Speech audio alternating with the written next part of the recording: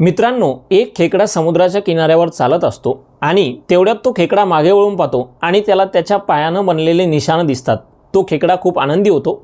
तो खेकडा अजून जोराजोरात पुढे चालत जातो आणि जसं जसं मागे बघतो तेव्हा अजून त्याचे निशाण वाढलेले असतात। त्या खेकड्याला खूप आनंद होतो।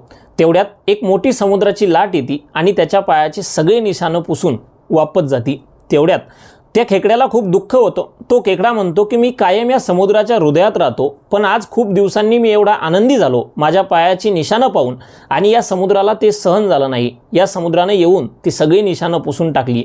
हा समुद्र खूप पापी आहे। या समुद्रानं मला धोका दिला। समुद्र हे सगळं शांतपणे ऐकतो आणि थोड्या वेळात समुद्र त्याची प्रतिक्रिया देतो। लक्षपूर्वक ऐका।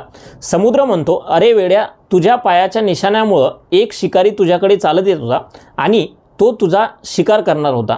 त्या शिकाऱ्यानं तुझ्यापर्यंत पोहोचू नये म्हणूनच मी माझ्या लाटेनं ती सगळी निशाणं पुसून टाकली आणि त्यामुळेच आज तुझा जीव वाचलाय। हे सगळं ऐकून त्याच खेकड्याच्या डोळ्यात पाणी येतं। तो त्या समुद्राकडे जातो आणि त्या समुद्राला माफी मागतो। आपल्या आयुष्याचंही असंच आहे। आपल्याला कायम आपल्या जवळचे आणि विश्वासू लोक बऱ्याच वेळा काही सल्ले देत असतात।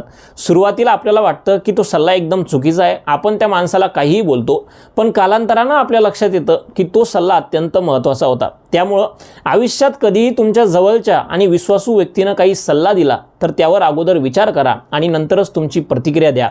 नक्कीच फायदा होईल। अशाच महत्त्वाच्या व्हिडिओसाठी मला फॉलो करा।